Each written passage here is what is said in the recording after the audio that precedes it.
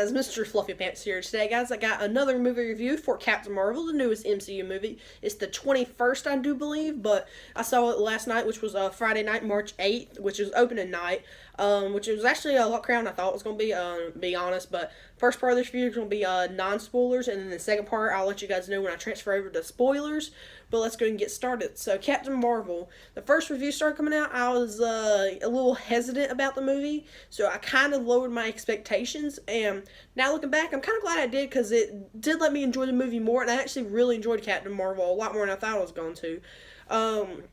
I guess we can get into some of the pros for the non-spoilers, so don't worry, there will be no spoilers with this part of the, video, but Captain Marvel, it's definitely a fun movie, and I really like Brie Larson in the role, which that was probably the thing I was most hesitant about, was actually, like, Brie Larson in the movie. She plays Carol Danvers, Captain Marvel. I was kind of hesitant about that, and now looking back, I'm not really at all, because I actually thought she did really good in the movie. She didn't really have, she had personality, a lot of the trailers did not portray that, and that's going to be one of my negatives, is about the marketing overall, but the movie overall, I really like Brie Larson in the role, and of course Nick Fury in it was great. The D-Agent's just awesome in it.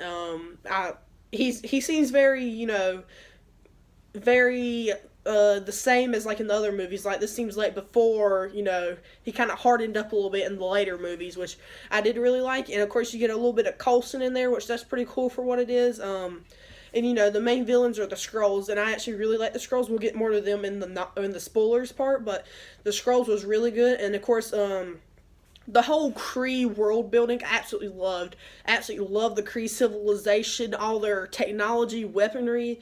This ain't really a spoiler, the Supreme Intelligence, we've seen it in the trailers and stuff. That's really cool how they, visually create that, how you, see it. That'll make more sense once you see the movie, but just a lot of the Kree technology. I love, a lot of the Star Force use these cool pistols. They're really cool. I kind of want one of those because those things are so cool. And the costumes I actually really like. They got like a gauntlet where you have some technology on it. It's really cool. Just Kree world building is awesome. But I really thought, I will say the third act though was a little kind of clunky and didn't really flow too well, but overall really enjoyed it. The third act could have used some work, but the rest of the movie's pretty good. And and then I'm going to get into some negatives. So beginning off, it is a little slow into it, and one of my main negatives is that one of the scenes in the beginning of the movie, it's like a mission. It's not well lit, at all.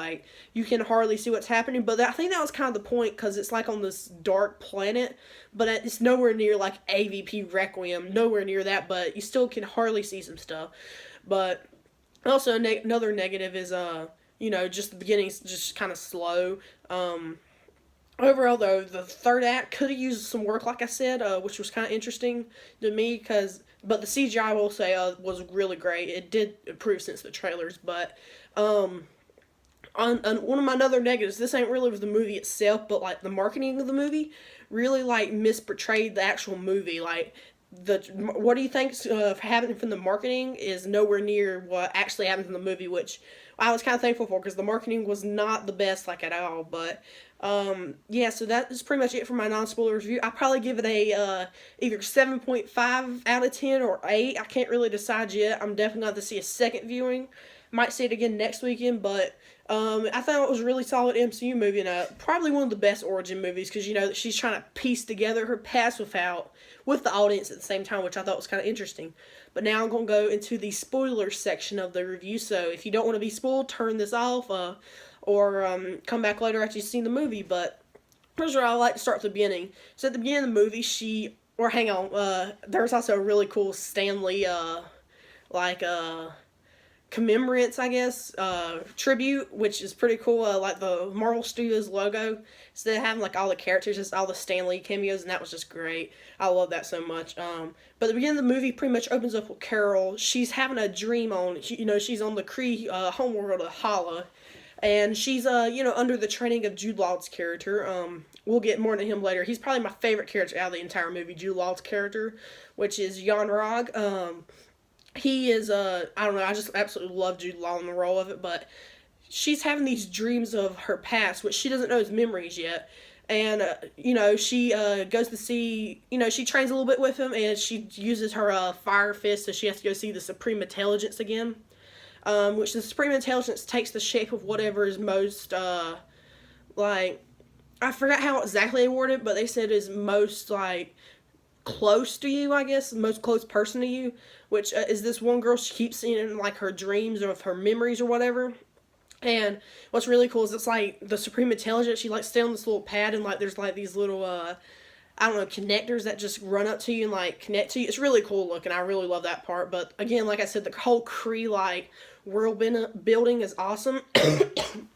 Sorry, but it's really really cool. But and pretty much she says that she's ready for a mission. So her and the rest of Yon-Rog's Star Force suit up, and you got like Minerva, Atlas, and then Korag, and I forget the other guy. I'm sorry, the guy with the beard, but they pretty much suit up and they have to go on a Skrull mission to recover a spy they had on this one planet, because apparently the Skrulls have infiltrated the planet. So pretty much go there. This is the scene I was talking about that was a little like darkly lit, but pretty much they go there to get the and again, this is where you see some really cool Kree technology, like their gauntlets and stuff, and like I absolutely love like their weaponry is really really cool. But pretty much they go there to get the spy, but it turns out the spy is I assume dead.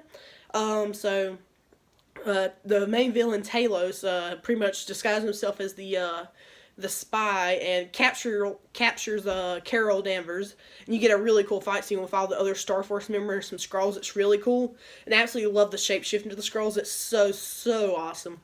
But I absolutely love the Skrulls in the movie. But pretty much they take her and they try to go through her memories, and that same girl she keeps seeing like in the Supreme Intelligence in her dreams and stuff, she remembers her whenever they're scrolling through her memories, and they're like, come on, focus on her jacket, and there's like a little name tag kind of thing on her jacket, and it says Pegasus, and that was the moment I was like, yeah, we're doing something with the Tesseract, ain't we? And yeah, we pretty much are, because the whole plot of the movie is about using the Tesseract to, or at least the Skrulls are trying to use the Tesseract to make hyperspace, pretty much, and it turns out this Annette Bening's character was actually Mar-Vell, which I thought was a pretty dang good twist. So she actually turns out to be Mar-Vell, which is a Kree on Earth, but she learns she's on the wrong side of the war, so she tries to help out the Skrulls, which I really liked. Because it turns out the Skrulls are actually good, which I'm just saying I called it. I had a video called The Skrull Theory on my channel, which was that the Skrulls ain't bad at all. Go check that out. I have to try to put that in a little iCard or down in the description or something, but pretty much she uses the Tesseract to create a hyperspace engine to help the Skrulls get away from the Kree, because the Kree want to wipe out the Skrulls because they did not want to follow the rule of the Kree. So the Skrulls are pretty much refugees. That's why they shapeshift and hide on planets, is, not to get found. But, Ben Mendelsohn's Talos was really cool. I really liked him. But getting back a little bit, so when they're scrolling through her memories, it says Pegasus. Is like, yeah, they're using the Tesseract for that. And there's like a pretty cool fight scene with Carol. She's got like these metal like things that restrict her on. She's like fighting some of the Skrulls, which I thought was pretty dang cool. And after that, she pretty much uses an escape pod, crashes on Earth, and through the blockbuster like we saw in the trailers, and Nick Fury comes to find her and stuff, and like there's this really cool chase between her, the Skrull, Nick Fury, and Coulson following behind them on a train. It's really really cool. It's definitely a good fight scene. It's not my favorite, but definitely a good fight scene. But then it turns out the Coulson that Nick Fury was with was a Skrull, so he gets in a car crash, and that's how he gets his little cut above his eye. The Skrulls, so they have an autopsy on it, but don't worry, Coulson's still okay. He was back at the blockbuster all along, but,